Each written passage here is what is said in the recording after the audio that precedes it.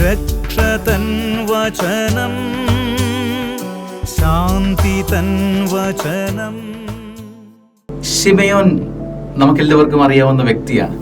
ശിമയോന്റെ മനോഹരമായ ഒരു statement Lucas സുവിശേഷം 2-ാം അധ്യായത്തിലുണ്ട്. സകല ജനതകൾക്കും വേണ്ടി അങ്ങൊരുക്കിയിരിക്കുന്ന രക്ഷ എൻ്റെ കണ്ണുകൾ കണ്ടു കഴിഞ്ഞു. ഒരു കാത്തിരിപ്പിന്റെ അവസാനത്തിലേക്ക് വരിക.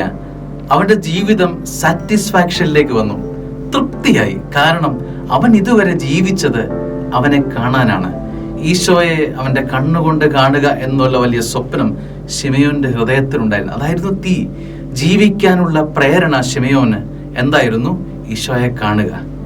എല്ലാ ദിവസങ്ങളിലും നാം ഈശോയെ കാണുന്നവരാണ്. ആ ഒരു തൃപ്തി ഇന്നോളം നമ്മുടെ ജീവിതത്തിൽ എത്തിയിട്ടുണ്ടോ? ഈശോയെ സ്വീകരിക്കാനും അതിലൂടെ ശിമയോൻ പറഞ്ഞതുപോലെ ഒരു പ്രാർത്ഥനയാക്കി മാറ്റാൻ നമുക്ക് ശ്രമിക്കാം. ആമേൻ.